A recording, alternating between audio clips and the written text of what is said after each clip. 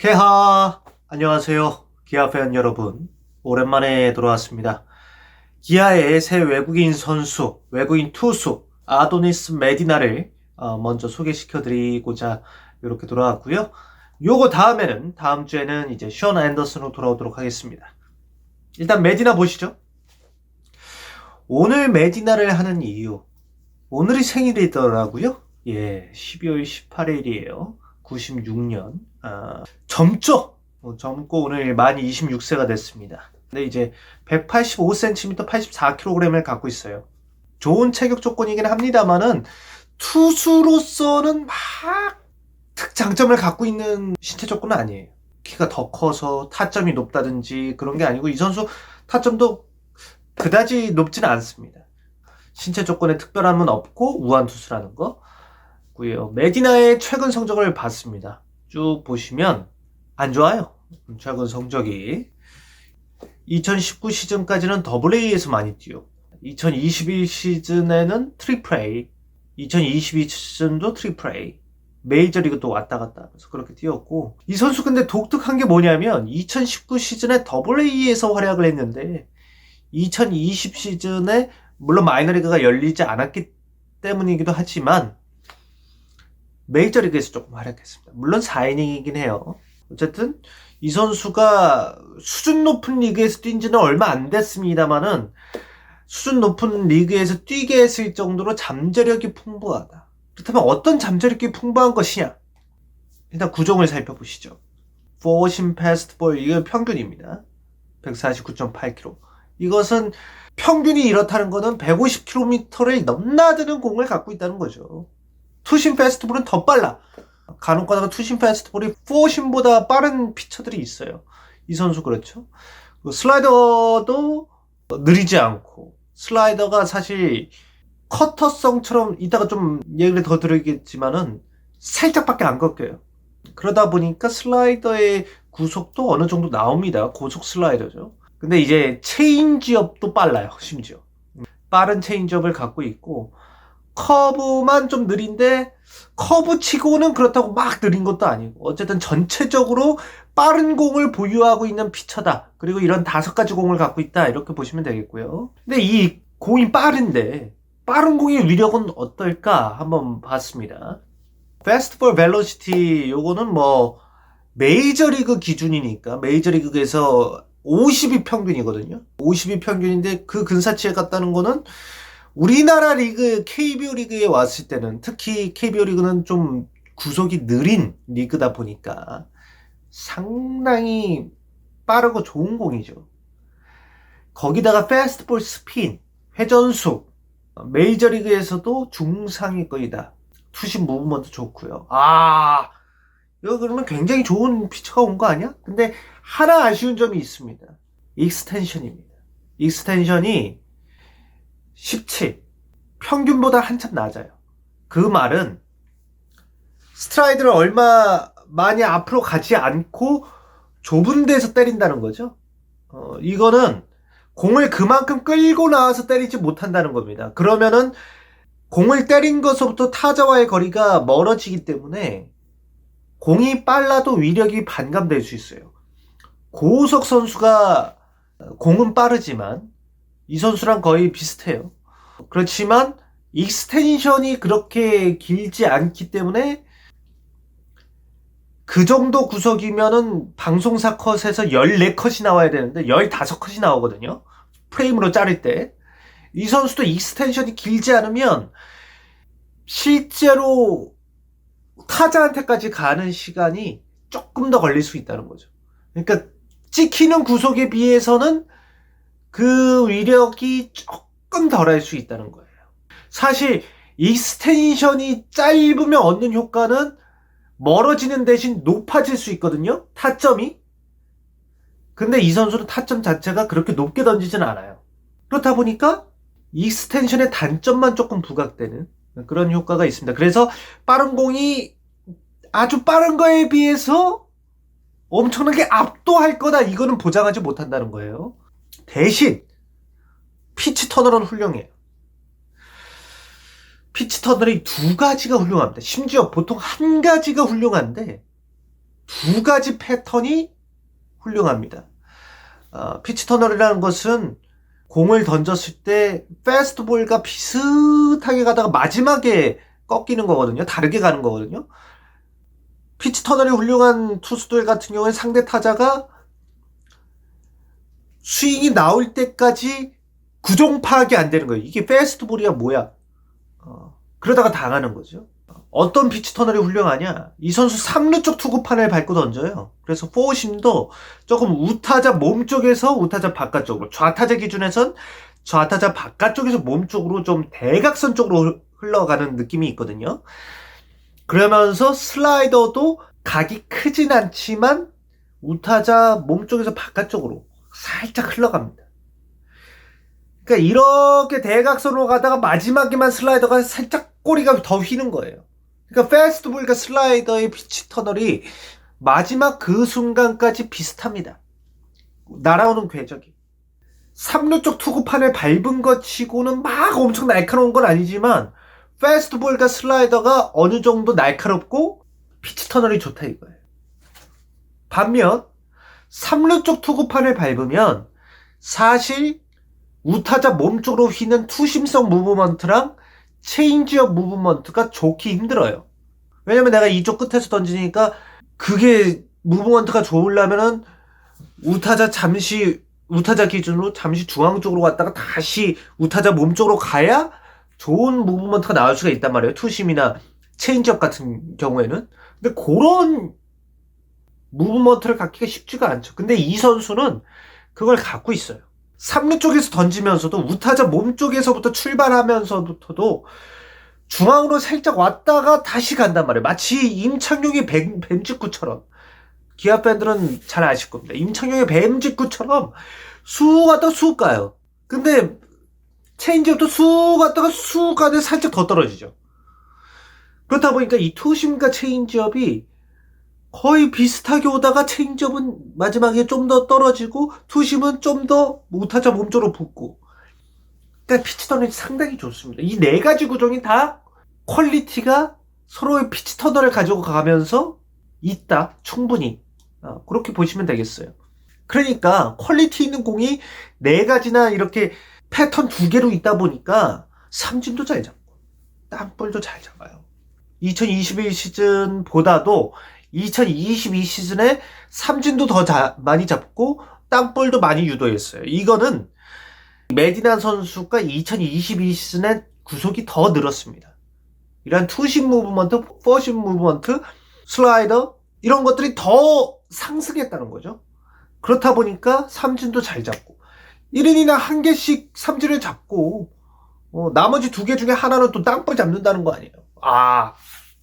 좋죠. 근데 문제가 있습니다. 지금까지 쭉 들어보셨다가 여기 퀘스천 마크가 하나 있을 거예요. 아니 공이 네 가지나 좋은데 성적이 왜 안 좋아? 삼진도 잘 잡고 땅볼도 잘 잡는데 왜 실점을 이렇게 많이 했어? 뭐지? 자, 문제는 타이밍이 두 가지라는 거예요. 론이 생각하시면 좀 편할 거예요. 이 선수는 좀 옆에서 그러니까 3쿼터 오버핸드와 3쿼터 좀 사이 좀 3쿼터라고 보시면 될 텐데 팔 높이가 높지 않다 보니까 커브의 위력이 떨어져요. 커브라는 건 팔 높이 높은 친구들이 위에서 아래로 떨굴 때 위력이 좋거든요.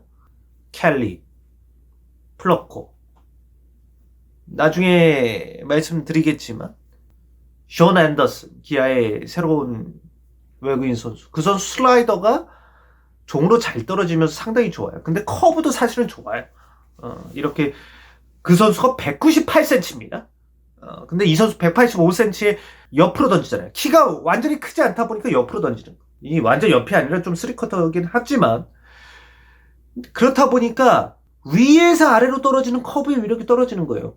그렇다 보면은 아까 말씀드린 대로 4심 패스트볼과 슬라이드, 2심 패스트볼과 체인지업 옆으로 휘는 구정도를 구사하죠. 근데 타이밍이 두 가지라는 거예요. 뭐냐 4심 패스트볼과 2심 패스트볼을 150km대를 가는데 슬라이더와 체인지업의 구속이 비슷합니다. 보통 체인지업이 더 느려요. 슬라이더보다.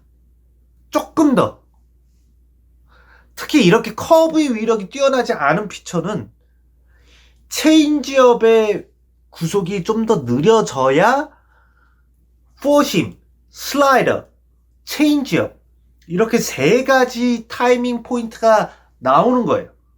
근데 이 선수는 슬라이더와 체인지업의 구속이 상당히 비슷합니다. 이게 상당히 문제가 됩니다. 왜냐하면 선발은 상대 타자들을 한 바퀴 상대하고 두 바퀴 상대하고 또 세 바퀴째도 상대를 해야 된단 말이에요. 슬라이더와 체인지업이 얼마나 비슷한지 앞에 평균 구속은 얘기해 드렸고 그래프로 나옵니다. 노란색이 슬라이더예요.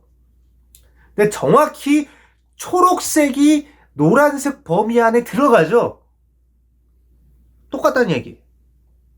이 선수의 장점 중에 하나가 보통 우투수면 좌타자한테 슬라이더 던지기가 어렵고 슬라이더 백프 던지기가 어렵고 우투수면 우타자한테는 체인지업 던지기가 어렵단 말이에요. 왜냐면 몸 쪽으로 말려 들어가기 때문에 몸에 맞는 볼이 나올 수가 있으니까. 근데 이 선수는 그걸 잘 던져요. 그러면은 아까 말씀드린 대로 포심, 투심, 슬라이더, 체인지업 다 잘 던지는 거예요. 좌우 스플릿 상관없이. 근데 포심과 투심이 구속이 같고 슬라이더와 체인지업이 구속이 같다 보니까 타이밍은 두 가지야. 근데 심지어 포심, 투심과 슬라이더, 체인지업이 10km밖에 차이가 안 나요. 이거는 140km 중반대를 놓고 원 타이밍에 칠 수도 있습니다. 슬라이더와 체인지업 오면 잡아당기고 포심과 투심이 오면 미는 그런 선수가 LJ 이민호가 있고 로니가 있었어요. 로니가 그래서 망했단 말이에요. 왜? 체인지업이 빨랐어요. 이 친구. 커브가 상당히 이 선수도 위력이 안 좋은 선수였는데 체인지업이 고속 체인지업을 던지다 보니까 로니가 패스트볼과 차이가 안 나고 심지어 체인지업과 슬라이더의 구속이 비슷하고 이 선수 근데 슬라이더가 아예 별로 좋지가 않아서 0.4%밖에 안 던졌어요. 근데 어쨌든 4심, 2심 던지고 그러니까 패스트볼 던지고 체인지업 던지는 피처였단 말이에요. 딱 두 가지 타이밍으로 붙다 보니까 로니가 점점 이닝이 거듭되면 될수록 시즌이 진행되면 진행될수록 상대 타자들한테 읽혔단 말이에요. 두 가지 타이밍이면 결국에 그 10km 정도 차이가 나면은 한 그 중간 타이밍을 잡고 커트 하거나 아까 말씀드린 대로 패스트볼이 오면 밀고 슬라이더 체인지업이 오면 잡아당길 수가 있어요. 놀림 파노니는 보세요. 다르죠. 슬라이더와 체인지업의 구속 차이가 4km, 5km 차이 납니다. 이 정도면은 타이밍의 차이가 있는 거예요. 그것뿐만 아니라 이 두 친구는 커브의 완성도도 있어요. 그렇다 보니까 타이밍이 패스트볼 다르고 슬라이더 다르고 체인지업 다르고 커브 달랐어요.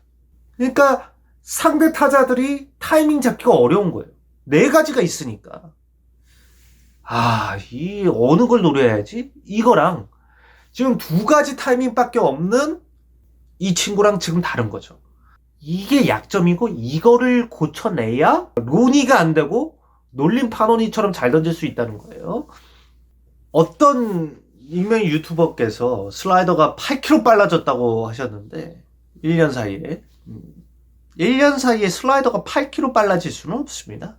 이런 거는 보통 중학교에서 고등학교 올라가서 엄청난 무슨 20cm 커져서 신체의 변화가 커지고 이럴 땐 가능하지만 20대 중반에서 3, 4kg 심지어 5kg까지는 가능해요. 8kg가 빨라진다는 거 그건 말이 안 되죠. 쉽지 않아요. 근데 그분이 팬그래프를 참고해서 슬라이더가 8km 빨라졌다고 했어요. 그래서 제가 팬그래프를 봤습니다. 실제로 슬라이더가 8km 빨라졌다고 나왔어요. 근데 여기서 비밀이 있습니다. 이 선수의 지금 메디나 선수의 슬라이더가 아까 제가 말씀드린 대로 많이 꺾이지 않는다고 했어요. 움직임은 커터야. 많이 꺾이지 않고 딸깍 살짝 떨어지니까 움직임은 커터예요. 근데 구속은 커터면 좀 더 3, 4km 더 빨라야 돼요. 뭐야? 3, 4km 빠르든지 한 6, 7km, 7, 8km 빨라야 되는데 뭐야 구속은 슬라이더인데? 이게 뭐지? 근데 이 선수 또 하나 웃긴 게 커브가 아까 옆으로 던지는 피처다 보니까 낙차가 크지 않아요. 슬라이더 같아 커브가. 커브가 슬라이더 같이 떨어지는데 구속은 좀 느리네? 그래서 밑에 보시면 베이스볼 서번트는 2020 시즌에 슬라이더를 안 던졌다고 나와요. 커브볼로 잡았던 거죠.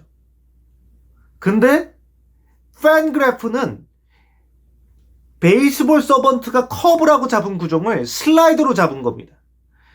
이 선수가 메이저리그 단계에 처음 나타났고 2020 시즌에 4이닝밖에 안 던졌기 때문에 이 구종에 대한 각 사이트의 설왕설래가 있었던 거예요. 그리고 2021 시즌에도 7.2이닝밖에 안 던졌기 때문에 이 기조를 유지합니다. 그러면서 아까 조금밖에 안 변하는 구종을 커터로 규정을 지어요. 팬그래프는. 이 구종을 커터로 하고 조금 더 많이 휘는 구종을 슬라이더로 해요. 하지만 쭉 보니까 베이스볼 서번트랑 똑같이 이 조금 휘는 구종이 이게 슬라이더고 슬라이더처럼 휘는 거지만 보니까 이게 커브구나. 구속을 보니까 구속으로 파악을 해보니까 이게 커브고 별로 안 휘지만 이게 커브고 낙차가 안 크지만 별로 안 떨어지지만 이게 슬라이더구나 해서 커터로 규정지었던 것을 슬라이더로 바꾸고 슬라이더로 규정지었던 걸 커브볼로 바꿉니다. 이게 베이스볼 서번트랑 똑같이 가는 거죠. 그 와중에서 결국엔 커터로 생각했던 걸 슬라이더로 바꾸다 보니까 8km 빨라진 것처럼 보이는 거예요. 근데 실상은 똑같습니다. 똑같아. 이 말은 즉슨 슬라이더가 많이 휘지 않고 커브도 많이 휘지 않는다는 거예요. 이 선수가 슬라이더가 그래도 빨라서 위력이 있는데 커브는 정말로 위력이 없다는 거죠. 커브는 이런 것만 봐더라도 정말 위력이 없다는 걸 아실 수가 있습니다. 그렇다면 이 선수 해결책이 무엇이냐? 저는 개인적으로 아까 4가지 구종이 다 좋다고 했는데 포심, 슬라이더, 체인지업, 투심이 다 좋다고 했는데 4가지 구종이 다 B 플러스예요. 근데 이 포심과 슬라이더가 피치 터널이 좋고 투심과 체인지업이 피치 터널이 또 좋은 거죠. 근데 그 와중에 투심이 조금 더 제가 봤을 땐 움직임이 B풀과 A 사이예요. 그럼 뭐냐? 아까도 말씀드렸다시피 체인지업의 구속을 낮춰야 됩니다. 그러면은 3가지 타이밍이 되고 패스트볼과 슬라이더, 체인지업 3가지 타이밍으로 타이밍 싸움을 더 할 수가 있고 특히 패스트볼과 체인지업의 구속 차이가 크기 때문에 패스트볼의 위력이 더 커지거든요. 그리고 체인지업의 구속이 느려진다는 거는 체인지업의 낙폭이 더 커질 수가 있어요. 조금 덜 떨어져요. 그렇기 때문에 체인지업을 느리게 하고 떨구는 게 좋아요. 커브를 개선하기에는 이 선수 팔 높이가 좀 여의치 않고 슬라이더의 속도를 좀 더 올리는 것도 하나의 방안이 될 수 있지만 이 10km 안에서의 그거를 쪼개는 것보다 10km는 냅두고 체인지업을 속도를 낮춰서 이 타이밍의 간극을 더 크게 만드는 게 좋아요.